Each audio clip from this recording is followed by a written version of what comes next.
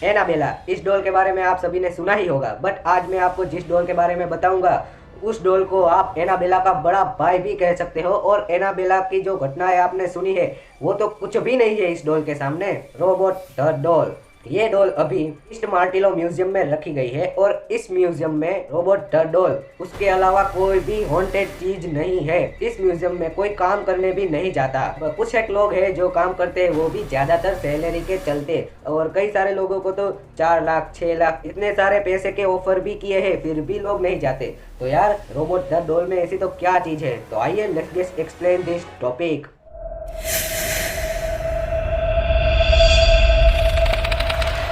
Robot the doll, इस doll के पास आप कभी भी मत जाना। और ये बात मैं शुरुआत में क्यों कह रहा हूँ, क्योंकि आप में से बहुत सारे लोग मेरी वीडियो पूरी देखते ही नहीं हो, इसलिए मैं शुरुआत में कह रहा हूँ। कोई भी इंसान उस डॉल के पास चला गया और उसकी आंखों में देखा तो आपके दिमाग में बहुत ही नेगेटिव वाइब आने लगेगी, जैसे कि रिश्ते वगैरह टूटना, और आपके रिश्तेदार में से कोई मरा हुआ है तो वो आपके सामने आ जाना, ऐसी गलत गलत वाइब आपको आने लगेगी। इसलिए मैं कह रहा हूँ कि इस डॉल के पास जाना ही मत। अगर आप जाना चाहते हो फिर भी मत जाना, ये मेरी धमकी समझ लो या फिर चेतावनी समझ लो। रोबोट द डॉल, ये डॉल 100 साल से भी ज्यादा पुरानी है, 1900 के टाइम पे। अब किस साल में है वो तो मुझे प्रॉपर नहीं पता, पर 1900 के टाइम में है।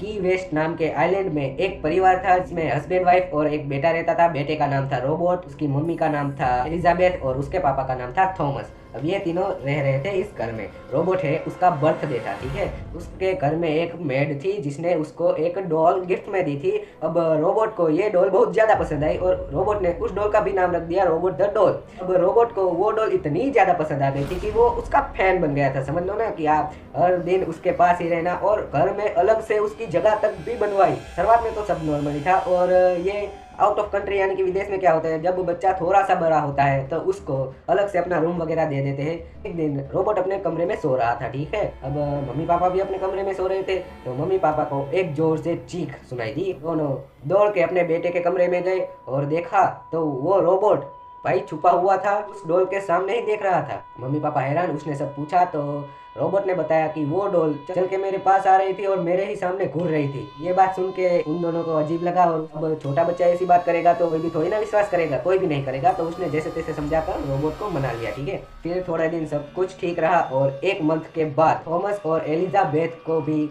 कई सारी भाषा में कोई बोल रहा हो ना, ऐसी आवाज़ सुनाई दी, वो भी उसके ऊपर वाले कमरे में यानी कि रोबोट के कमरे में। तो वो दोनों फिर से ऊपर गए और देखा वो डॉल उस रूम के दरवाजे के सामने ही देख रही थी। उसकी पत्नी को भी थोड़ा हैरान सा लगा, शक हो ही गया था। तो उसने उस डॉल को अपने ऊपर छत पे, वो कुछ होता है ना, क्या होता है पता नहीं, तो उसमें रख दिया और वो बंद कर दिया, ठीक है। यहाँ तक तो सब ठीक था। अब 20 साल बाद रोबोट भी बड़ा हो गया था, उसकी शादी वगैरह हो गई थी। 1974 में एलिजाबेथ और थॉमस की मौत हो गई, नॉर्मली तरीके से बुढ़ापे के चलते मौत हो गई। अब उसके बाद रोबोट और उसकी पत्नी ने उस घर में रहने का फैसला किया। फिर दोनों फिर से आ गए और उस डॉल को उस अलमारी में से बाहर निकाला, और फिर वो सभी बातें इसने अपनी पत्नी को बताया कि ऐसा सब मेरे साथ हुआ था, ठीक है। तो पत्नी भी बहुत डर गई, और एक दिन वो डॉल बेड पर लेटी हुई उस डोर के सामने ही देख रहा था। तो भाई दोनों ही बहुत डर गए, और फिर ये सभी बातें उसने अपनी पत्नी को बताई कि हाँ ऐसा सब तो मेरे साथ बहुत पहले भी हुआ था। मैं उस डॉल को लॉकर में जहाँ पहले था उसकी मोम डैड ने जहाँ रखा था फिर से वहाँ बंद कर दिया। फिर सब नॉर्मली हो गया, और फिर दोनों पति और पत्नी की भी मौत हो गई, और उन दोनों का कोई भी बेटा नहीं था, ठीक है।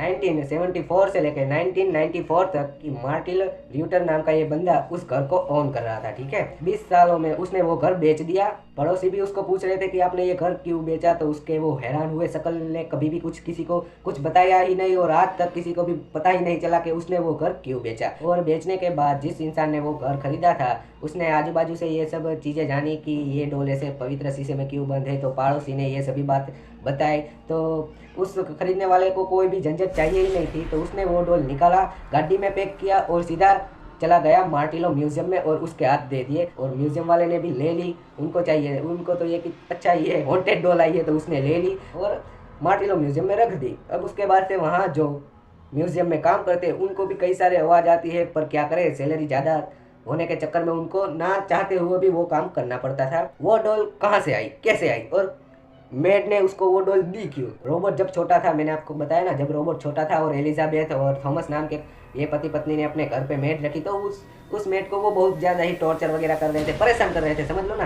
तो उसी टॉर्चर के चक्कर में वो डॉल में कुछ जादू टोना करके उस रोबोट को दे दी ताकि वो अपना बदला ले सके। उसके बाद उस मेड का आज तक कोई भी आइडेंटिटी मिला ही नहीं है। और उस रोबोट की जांच करने के बाद पता चला कि वो डॉल 100 साल से भी ज़्यादा पुराना है और वो एक सॉफ्ट टॉय बनाने वाली कंपनी में था। डॉल है वो बेचने के लिए नहीं थी, वो सिर्फ और सिर्फ 100 पीस के लिए थी। वो होता है ना, हम कभी कहीं दुकान पे जाते हैं तो वहाँ 100 पीस के लिए रखा होता था, तो उसके लिए था, 100 पीस के लिए था। और वो वहाँ से एक दिन चोरी हो गया था। तो फिर अंदाजा लगाया कि उस मेड ने ही बाहर लटक रहा होगा, तो उसने वो खींच के चली गई। फिर उस डॉल में जादू टोना करके उस रोबोट को दे दिया ताकि वो अपना बदला पूरा कर सके। और उस मेड का आज तक पता नहीं चला। और जब भी उस डॉल के सामने देखता है तो उसको गलत सारी वाइब आने लगती है, और क्या पता उसके दिमाग में क्या होता है। हम तो कभी वहाँ गए नहीं, इसलिए हमें नहीं पता। बट मैं आपको यही सलाह दूंगा, भविष्य में आप कभी भी पैसे वाले बनो और आप भूत भूत में विश्वास करते ही नहीं हो तो फिर भी मत जाना भाई, क्योंकि जान पहले